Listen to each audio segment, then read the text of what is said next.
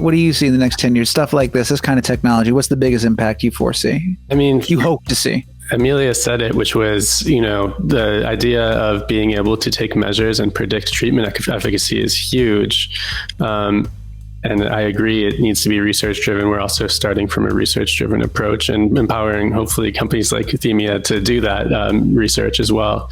But I would go even further, which is to say, at the end of the day, these diagnostic categories are useful because they capture things that are metrics of well-being, right? They're like, where are we feeling good from day to day? Are we sleeping well? Like all these things.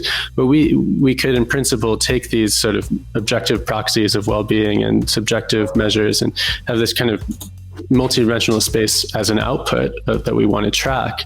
And then as an input, have all of the different measures that we have available, whether it's from somebody playing a game or during a clinical interview or, talking to a digital assistant, like you were saying, and say, let's figure out what's going to help you.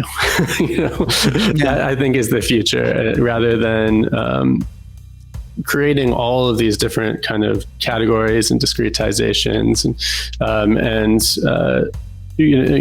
the end of the day, you want to know, like, okay, if I take this chemical, or if I go into therapy, or if I engage in some new practice like meditation, or if I go out into nature, how is this going to affect my well-being? And mental health is included in well-being. And having that broader, more holistic view, I think, is going to be really helpful, especially at a moment where we're seeing people in the mental health system get diagnosed with tons of different things, taking tons of different drugs, right? And it's so contrary to how you would think about it if you were thinking of all of these well-being metrics as related and saying, okay, one drug can, for somebody who's depressed and also shows some symptoms of anxiety, there's something there for you. It's not about taking anxiety drugs and depression drugs. Like, that is just the craziest idea that we have adopted. Right?